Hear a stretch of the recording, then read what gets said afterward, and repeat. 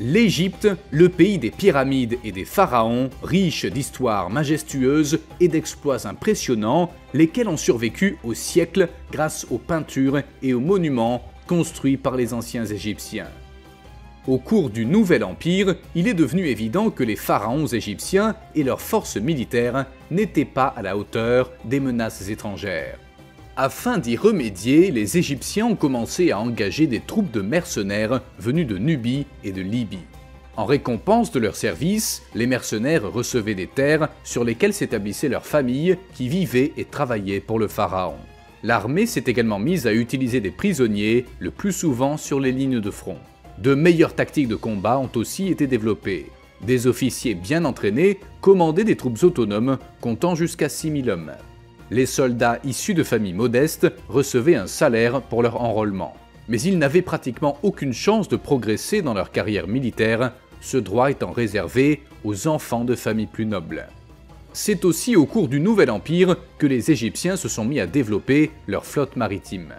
Ils possédaient déjà des bateaux bien conçus et maniables. Cependant, ils ne permettaient pas de transporter de nombreux soldats et équipements.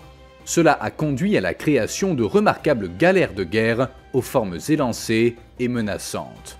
Les pharaons du Nouvel Empire ont engendré une période de prospérité sans précédent en protégeant les frontières et en renforçant les liens diplomatiques avec leurs voisins. Les campagnes militaires menées par le pharaon Thoutmôsis Ier ont conduit à la conquête de nouvelles terres, garantissant la domination de la Palestine, de la Syrie et du Liban. Thoutmôsis Ier a fait procéder à de nouvelles constructions dans plusieurs villes et permis la réalisation de nouvelles œuvres d'art. Parmi elles, une stèle où sont consignés ses succès en tant que souverain. Ses successeurs ont maintenu le contrôle territorial, combattant les rébellions dans les terres conquises. Son petit-fils, Thoutmôsis III, était considéré comme l'un des plus importants pharaons de l'Égypte ancienne. Thoutmôsis III a eu une grande activité militaire, menant plus de 17 campagnes et a ordonné des constructions en suivant le rythme de son grand-père. Pendant le règne de Thoutmôsis III, une révolte a eu lieu à Canaan. Les Cananéens, dirigés par le roi de la ville de Kadesh, ont rassemblé des troupes pour tenter d'expulser les Égyptiens de leur territoire. Cette querelle est à l'origine de la célèbre bataille de Megiddo, qui a une énorme importance archéologique. Ce fut la première bataille de l'histoire dont le déroulement fut consigné précisément par écrit. Les Égyptiens ont décrit les détails de la bataille sur les murs du temple d'Amon-Ra qui se trouve aujourd'hui dans la ville de Luxor, l'ancienne Thèbes. Thoutmôsis III a rassemblé son armée et combattu les rebelles dans une plaine.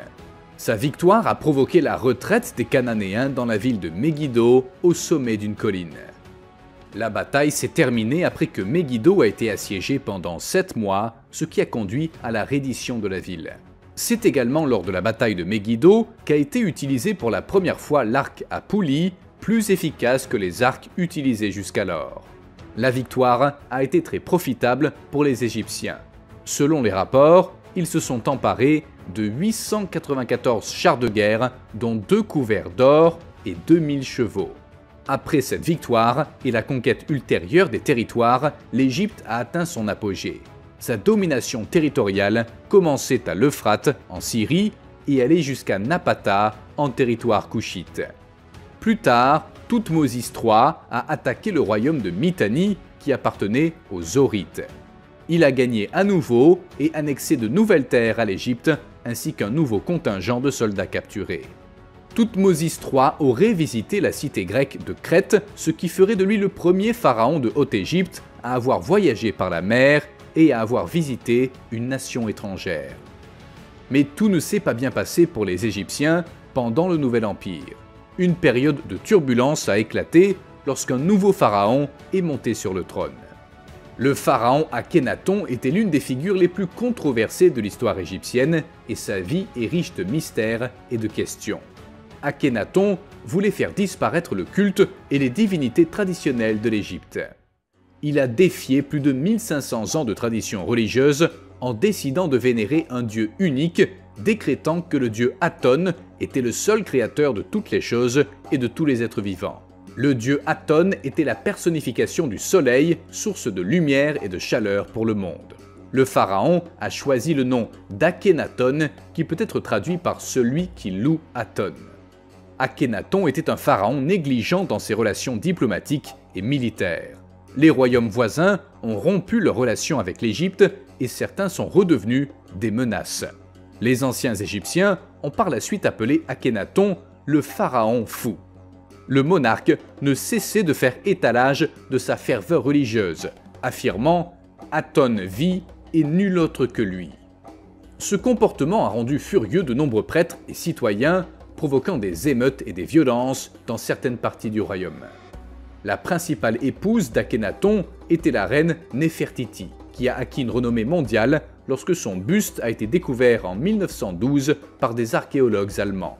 Néfertiti était certainement une très belle femme. La sculpture n'a jamais été achevée, il lui manquait un œil, cela afin que son image ne provoque pas la colère et la jalousie des déesses égyptiennes. Après la mort d'Akhenaton, Néfertiti a disparu des archives historiques et son sort nous est inconnu.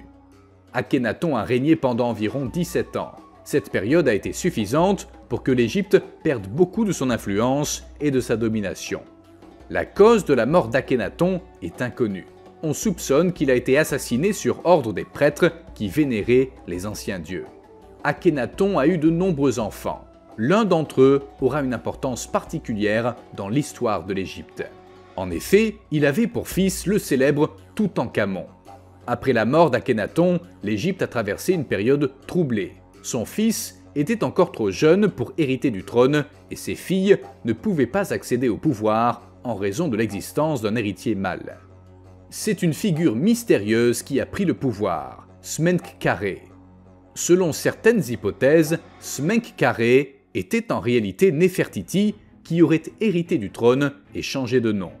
Une autre possibilité est que Smenkhkarê était le gendre d'Akhenaton et qu'il serait monté sur le trône en épousant l'une des filles de l'ancien pharaon. Un noble, Haï, et un général nommé Horemheb ont également fait leur entrée. Tous deux avaient servi Akhenaton et Néfertiti. Il est probable qu'Haï était le père de Néfertiti. Haï aspirait à monter sur le trône et il a fait assassiner les membres de la famille royale. Le jeune Toutankhamon et sa demi-sœur Ankhésénamon ont été sauvés et emmenés à Thèbes. Toutankhamon a été couronné pharaon à seulement 9 ans. Pour renforcer la lignée, il a épousé sa demi-sœur qui n'avait que 11 ans. En raison de l'âge de Toutankhamon, Haï a gouverné l'Égypte au poste de vizir, une sorte de régent. Son gouvernement était soutenu par le général Horemheb.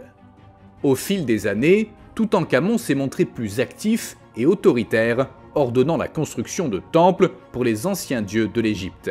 Cela a permis de restaurer le culte de nombreuses divinités. En 1324 avant Jésus-Christ, Toutankhamon est mort à l'âge de 19 ans. La raison de sa mort a donné lieu à diverses spéculations, maladie, empoisonnement ou meurtre. Cette dernière option n'était pas improbable car Toutankhamon représentait une menace pour les plans d'Haï. Un autre événement qui renforce l'hypothèse du meurtre est que juste après la mort de Toutankhamon, sa femme, Ankhésénamon, a envoyé des lettres au roi des Hittites lui demandant d'envoyer un de ses enfants pour l'épouser et être couronné pharaon d'Égypte. Les Hittites et les Égyptiens avaient toujours été des ennemis. Cela montre que la demande d'Ankhésénamon était motivée par la peur et l'urgence. Avec réticence, le roi des Hittites a envoyé l'un de ses fils à la rencontre d'Ankhésénamon. Mais mystérieusement, ce prince n'est jamais arrivé en Égypte. Il est probable qu'il ait été assassiné par des espions sous les ordres d'Haï. Ankhésénamon a fini par épouser Haï, certainement contre sa volonté. Quelques mois après son mariage avec Haï, la pauvre Ankhésénamon est morte brutalement. Il n'est pas difficile d'en déduire que le Krul Haï était là encore à la manœuvre. Toutankhamon a une importance majeure dans l'histoire de l'Égypte ancienne. Son tombeau, bien que petit par rapport à ceux d'autres pharaons, était presque intact lorsqu'il a été découvert. Le tombeau de Toutankhamon a été mis au jour dans la Vallée des Rois en 1922 par Howard Carter. Le tombeau n'avait pas été profané par des voleurs. ce qui a donné naissance à la célèbre légende de la malédiction de Toutankhamon, selon laquelle toute personne qui violerait le tombeau du pharaon subirait une mort terrible. Dans le tombeau, on a trouvé 3 amphores de vin, dont une destinée à du vin blanc et une dague dont la lame avait été forgée avec le fer d'une météorite. Le tombeau contenait aussi des paniers de céréales, des bijoux, des vêtements, des statues du dieu Anubis et 2 petites momies de fœtus féminins, probablement des filles de Toutankhamon nées prématurées. La momie de Toutankhamon était conservée dans 3 sarcophages imbriqués. Le plus petit, qui abritait le corps du jeune pharaon, était en or. Bien que brève, l'histoire de Toutankhamon est riche en meurtres, trahisons et intrigues. Elle mérite d'être connue et remémorée. Quant au régent Haï, il semble être mort de vieillesse. N'ayant pas eu d'héritier, c'est le général Horemheb qui lui a succédé. Horemheb, bien que militaire, a été accepté par le peuple en tant que pharaon en raison de ses services rendus à l'Égypte pendant les guerres.